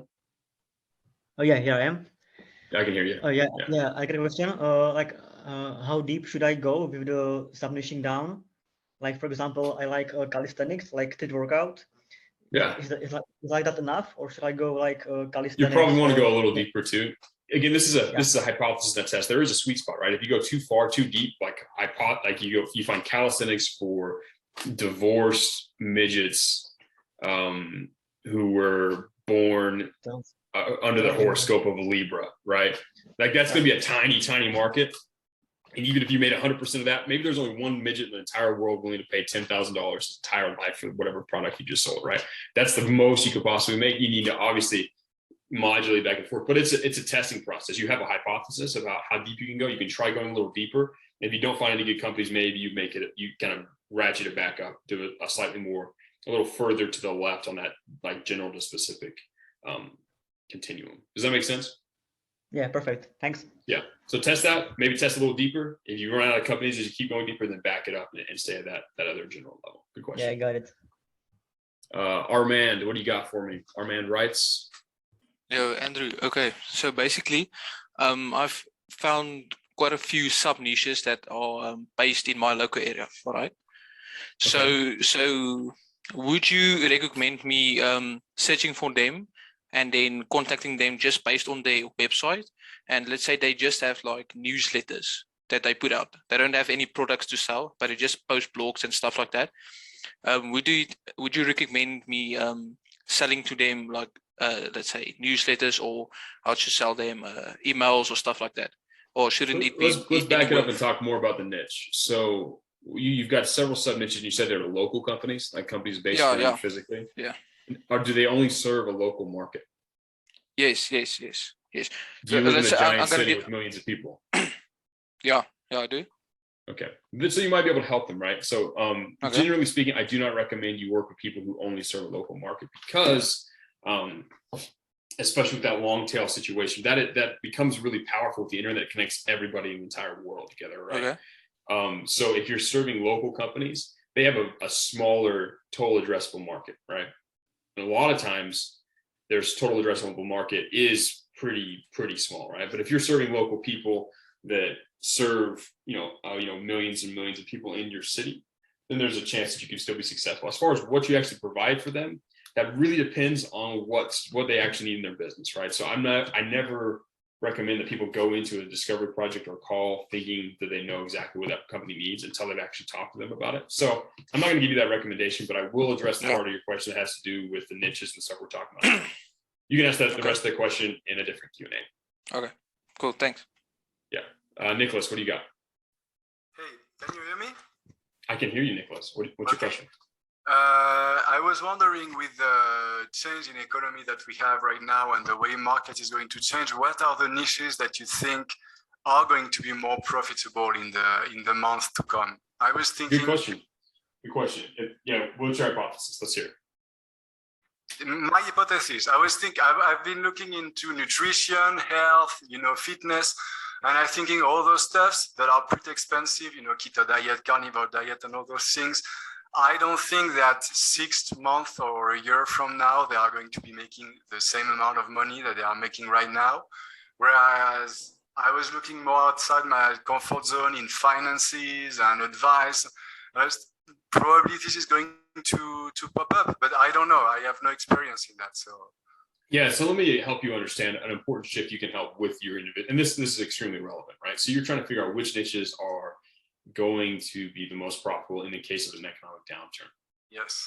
Or market correction. So there are some niches that are extremely affected by this, but most of the time when you're working with these small companies, so there's a class of customer that is very downturn agnostic, like they don't really care, right? And that's the wealthy, like 1 or 10%, top 10% of people, right? They have money and they'll continue to spend money even in the face of a downturn, right? So there are certain industries that serve the 1%. Those generally always do well, right? Those are the kind of things you want to focus on. However, here's where it gets interesting. That 1%, they still buy everything in health, wealth, and relationships. They still do, just in a different format, right? So when you sit down and work with a company, one of the most valuable things you can do with them is help them move upstream to sell to more affluent people. So within each of those long tail niches, there's a segment of their addressable market which doesn't care one way or the other if the market's up, down, sideways. It doesn't care. It's going to spend the money on the thing it wants because it can, right? So a big thing that you can do to be recession proof in any niche is help your clients move upstream to bigger and better customers, right? To add high ticket products that serve that 1%. Does that make sense? Yes, absolutely. Yeah, good question. That's a really good question. Thanks, man. Yeah. Mustafa, what's your question? Hi, Andrew. Can you hear me fine? Hello? Yeah, I can hear you. Wait, I think I skipped Nicholas. Nicholas, what's your question? You just answered me. We just I talked. did. Oh, your hand was up again. I was confused again. Okay. Sorry. No, I'm you're new good. to You're this. good. I'm going to raise it down. Okay. No worries. You're good. Sorry. Go ahead, Hello? Mustafa. What's your question? Yeah. So first, when I tried like to do the emails, like when I first started, I did it was a big niche, so I sent like 11 emails, and then I like didn't find much to do again. So I asked a couple of questions, and you said that go a little deeper. So I went a little deeper, but then like all the searches just came to the same people again. Yeah. So like in that case, you want to move to adjacent subniche, right? So, I could have made one that's been fun. I didn't make the good graphic for it, but it's like they kind of branch out, right? Like you've got fitness, and you've got training programs, and you've got body weight, and you've got hypertrophy, and you've got powerlifting. Like it all kind of just like blends out into like it branches further out.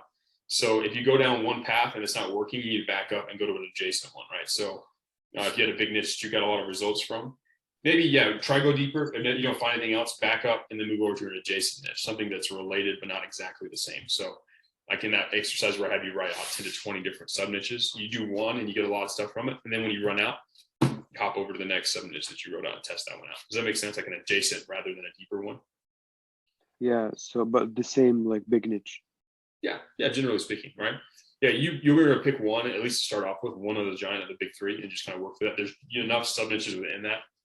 However, don't be afraid to get feedback from your writing style versus the market. And if you continue to test out one thing and it's just not working, don't be afraid to switch to another niche while you're still looking for clients, right? The key here is to figure out where you fit and what your niche is in the giant marketing world. Yeah. Yeah. Okay. Thanks. Good question. Jacob, what's your question? Can you hear me? I can. So I was wondering, when we're doing our outreach, like if we're searching on YouTube, would you recommend, going for outreach for like, these big channels with like millions of subscribers, and then the really small ones with like 10,000, 5,000, or, what do you recommend? Yeah, so I recommend you, and that's really important. Good question. So within some of these sub niches, there are some that are already fairly dominant, right? They have a giant thing. They've got a really good marketing system built in place. Yeah, multiple millions of people following. Most of the times, there's a level of knowledge you have to help someone to that scale. It is a little beyond where most of you guys are when you're first starting out. I recommend you find clients who have anywhere between 5,000 and maybe like 250, 500,000 subscribers, for example, on YouTube. Because that's an audience where they're going to have a list, but they have a lot of marketing systems they need to build out that you can step in and be pretty helpful with. So that's kind of the filter I recommend. So within these sub niches, there might be one or two companies that already have pretty mature marketing systems. And until you've reached that level, it makes sense to focus on the slightly smaller ones. Yeah. And just another quick one. Yeah. With like, I've found a few kind of prospects, usually kind of like these diet channels, and they're selling books. Would you recommend like contacting them if they're just selling like books, recipe books and stuff? You can. They generally have a high scale, right? So if they're selling low ticket and that's all they sell, it's because they have like a huge list, and that's still fine. You can still help them. And one thing that you can do eventually with them, generally it's not what you do when you come like your first conversation with them, but one of the things you can help them do is to launch higher ticket products that make a lot more money. So but yeah, you can, as long as they have the scale behind it. Yeah, of course, reach out to them. Yeah, because it's just a little bit. Yeah. It's a little bit harder to kind of market than like a program or like a coaching course. It's not. I mean, kind of, not really. That's kind of a big fallacy a lot of people have. It's not terribly difficult. Okay. All right. Thanks, man. Someone in the chat said to a higher minimum. It doesn't really matter. I'm just saying pick a filter, right? Obviously, you don't have to talk about the mid tier. The exact number isn't exactly that important. Okay. Jacob just answered. Kareem, what's your question? Hey, Andrew. How's it going? So I choose personal trainer niche. Okay. Okay. So when I search on YouTube personal trainer, should I search personal trainer, or is there any keyword? Yeah. So let's go back and think through the steps. So the first one is pick a big niche, then pick sub niches, and then the next thing you ask yourself. So in this case, you've picked personal trainers, right? Which is still fairly broad, but we can roll with it, right? Pick personal trainers.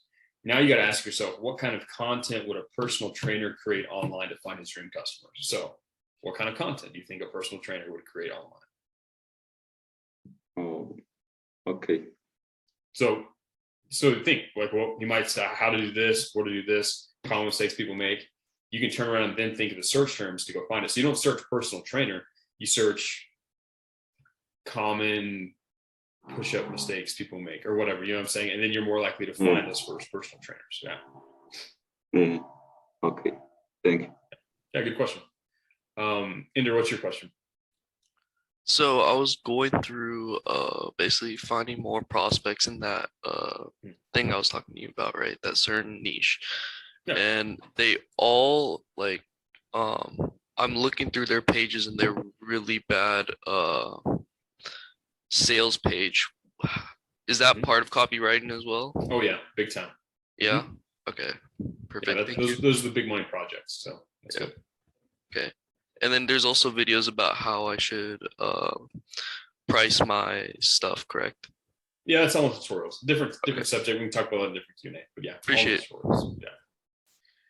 Cool, guys. All right. Well, I'm going to look real quick through the chat and see if there's any questions over here that I missed. Someone asked about form. So I'm not going to talk really so much about, I'm not going to answer questions about outreach specifically.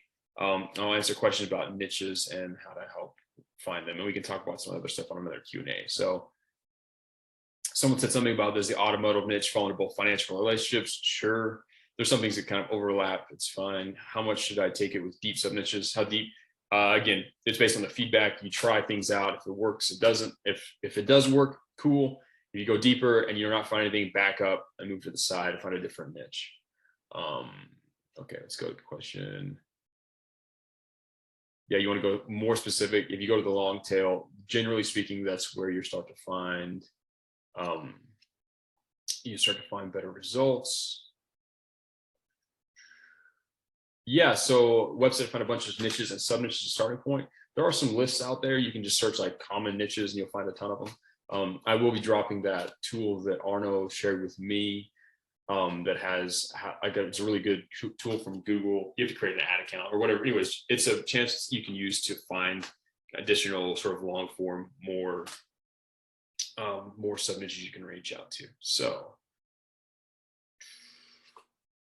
cool. All right, guys. So this has been a good training. I'll post this up later. It'll also be in the tutorials, and it'll be a helpful way for you guys to go through and find more niches, find more people to reach out to, and then once you're inside those niches, help them make more money. So, all right. If you guys have any other questions, throw them up in the chat. We will get to them, me or the apprentices, and let's go out and take some money in. I'll talk to you guys later. Bye.